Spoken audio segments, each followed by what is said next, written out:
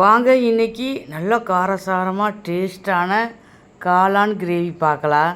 அடுப்பத்தை வச்சுக்கலாம். பாத்திரத்தை வச்சு எண்ணெய் ஊற்றிக்க, கடல் பாசி, பிரிஞ்சலை போட்டு இஞ்சி பூண்டு நல்லா தட்டி போட்டுங்க. ஃபஸ்ட்டு நல்லா அது எண்ணெயில் நல்லா வணங்கிட்டு நல்லா பல்லாரி வெங்காயம் ஒரு 3 வெங்காயம் பொடி பொடியாக எடுத்து கருவேப்பில் எல்லாம் சேர்த்து நல்லா பொன்னிறமாக செவக்கிட்டு நம்ம இப்போ தக்காளி 2 கட் பண்ணி 10 முந்திரி பருப்பு ஒரு டம்ளர் தண்ணி ஊற்றி 2 கொதிக்க வச்சு தண்ணி வடித்து ஜாரில் தக்காளி போட்டு நம்ம அடித்து இப்போ நம்ம அதையே அந்த வெங்காயத்துக்குள்ளே ஊற்றுறோம். இப்போ நல்லா பச்சை வாசம் போகிற அளவுக்கு நாம் இதை நல்லா கிளறி விட்டே இருக்கணும்.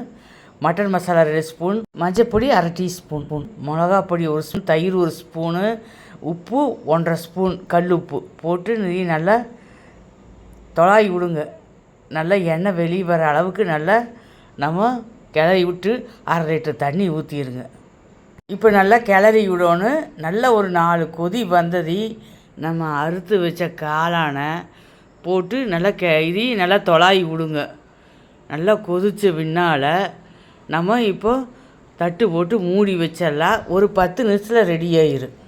இப்போ கிரேவி நல்லா கொதிக்குது. காளான் வெந்ததையும் நம்ம இறக்கிடலாம். இது சப்பாத்திக்கு தோசைக்கு நல்லா சூப்பராக இருக்குங்க. மல்லித்தழை போட்டு இப்போ நம்ம இறக்கிடலாம்.